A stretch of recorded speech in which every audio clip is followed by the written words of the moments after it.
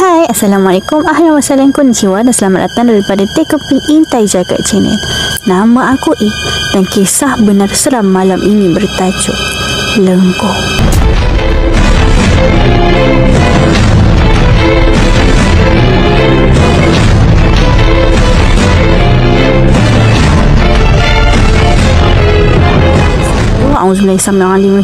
Bismillahirrahmanirrahim. Kepada mana-mana yang tak kenal channel aku ni adalah kisah-kisah seram dalam bentuk penceritaan oleh aku daripada orang-orang sekeliling, sama ada kawan-kawan, keluarga ataupun orang yang email ataupun bagi aku kisah melalui platform yang aku sediakan. Terima kasih banyak juga kepada follower aku daripada TikTok, daripada YouTube, daripada mana-mana platform yang jumpa aku. Terima kasih sokong aku sampai sekarang dan setia menunggu cerita aku sampai ke hari ini. Tanpa membuang masa, marilah kita start cerita pada malam ini. Okay, cerita kali ini adalah kisah yang terjadi pada keluarga aku sendiri dalam 5 ke 6 tahun lepas. Dan macam tajuknya, kisah ni terjadi di Tasik Raban, Lenggong, Perak.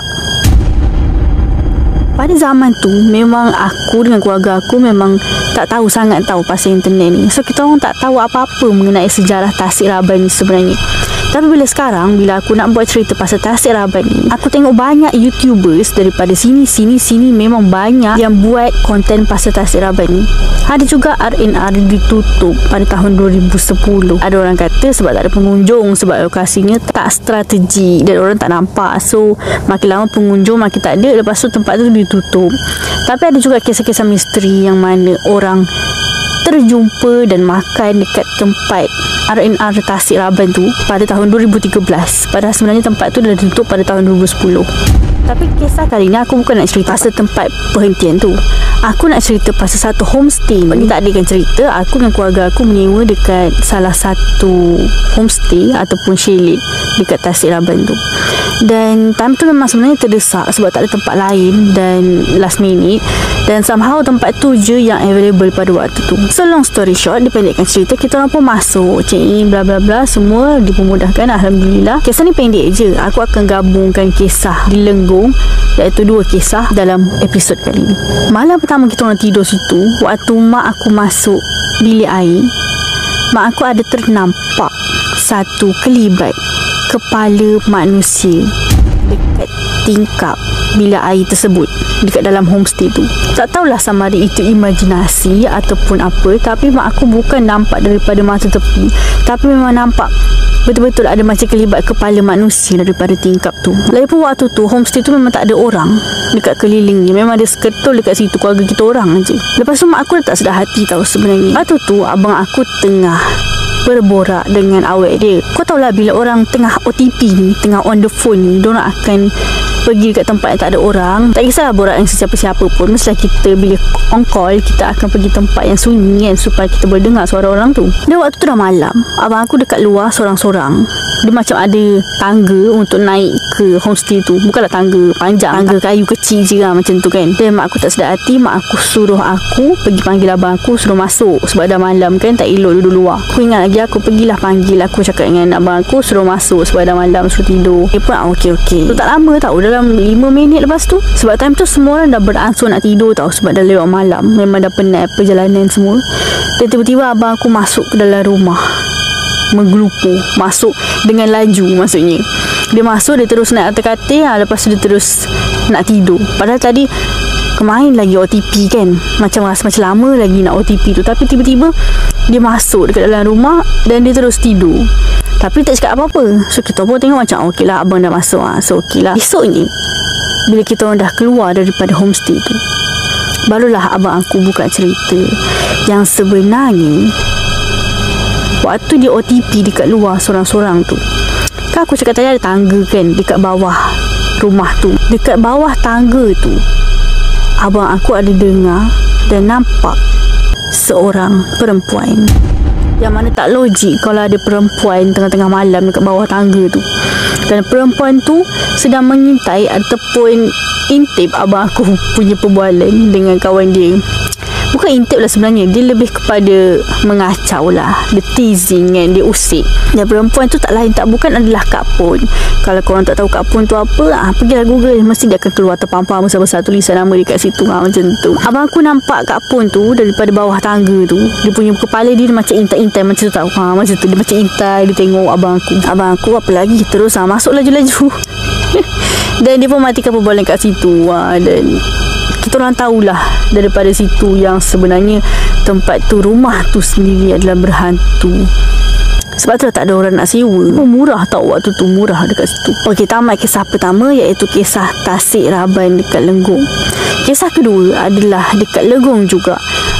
Tak lama pun jaraknya daripada kisah yang pertama ni.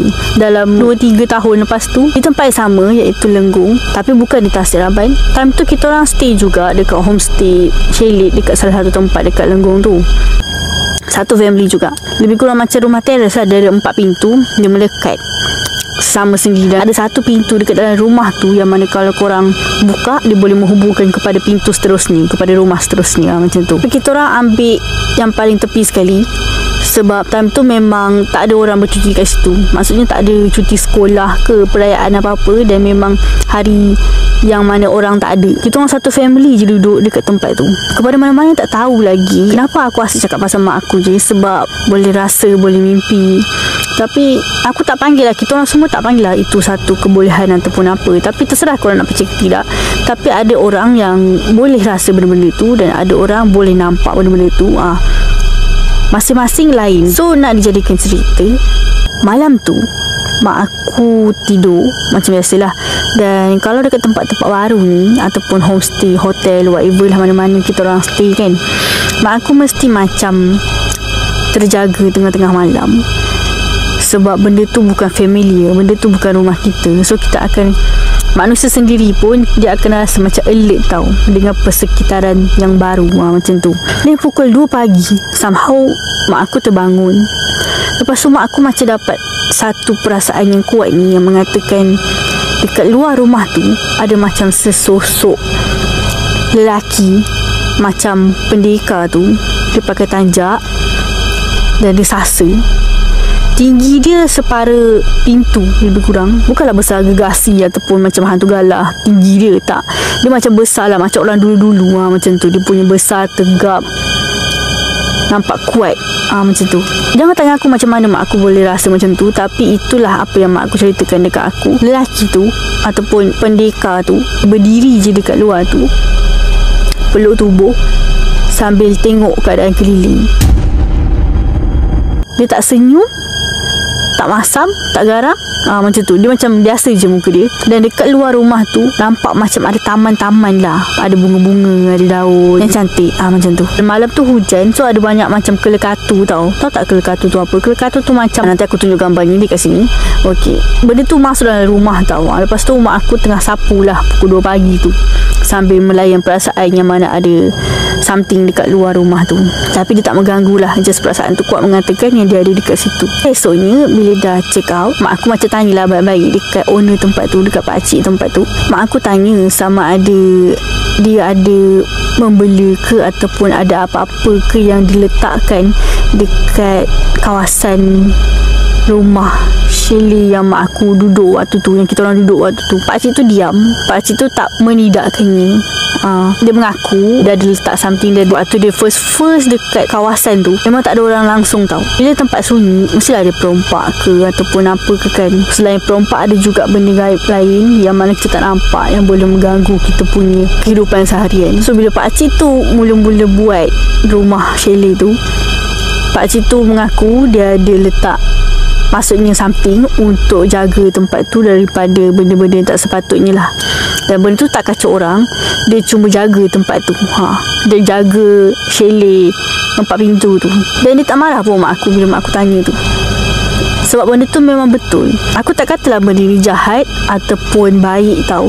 Sebab orang dulu-dulu memang perlukan benda tu. Bukan perlukan lah, maksudnya orang dulu-dulu memang mostly memang kebanyakannya ada benda-benda raib dekat samping dorang untuk tolong buat kerja seharian dorang.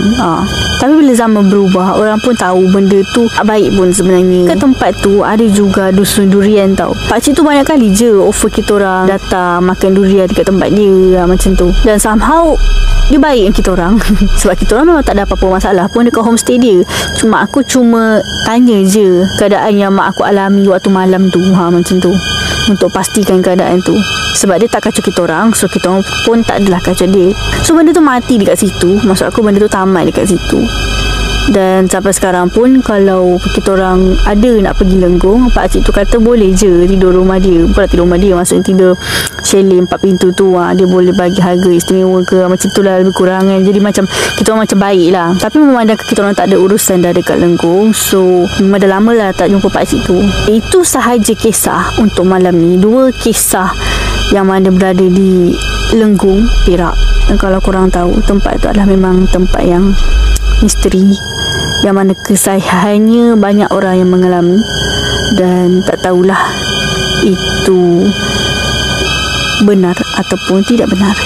Terpulang kepada korang yang melihat dan mendengar untuk menjudge apa benda ayat aku ni. Okay, terima kasih lagi sekali kepada sesiapa yang menonton episod ni sampai habis, dan jangan lupa tekan butang subscribe, share dan like. Dan kepada mana-mana yang tak tahu, aku ada akaun TikTok, so aku ada letak link kat bawah. Kalau korang nak follow, bolehlah tengok. Aku ada post benda-benda random, selalunya resepi dan benda-benda random lah, benda-benda yang seharian aku buat. Ada juga klip video hantu dekat situ kalau korang berminat. So korang boleh tengok lah. Stay tune untuk cerita lebih menarik lagi lepas ni. Ini aku cerita kisah pasal Lenggong. Next aku akan cerita kisah di mana dekat satu jalan dekat Selangor ni, jalan tu memang haunted dan semua orang dekat tempat tu tahu yang jalan tu memang haunted. Dan kalau korang nak tahu jalan tu jalan macam mana, boleh tengok episod selepas ni. Terima kasih kerana menonton.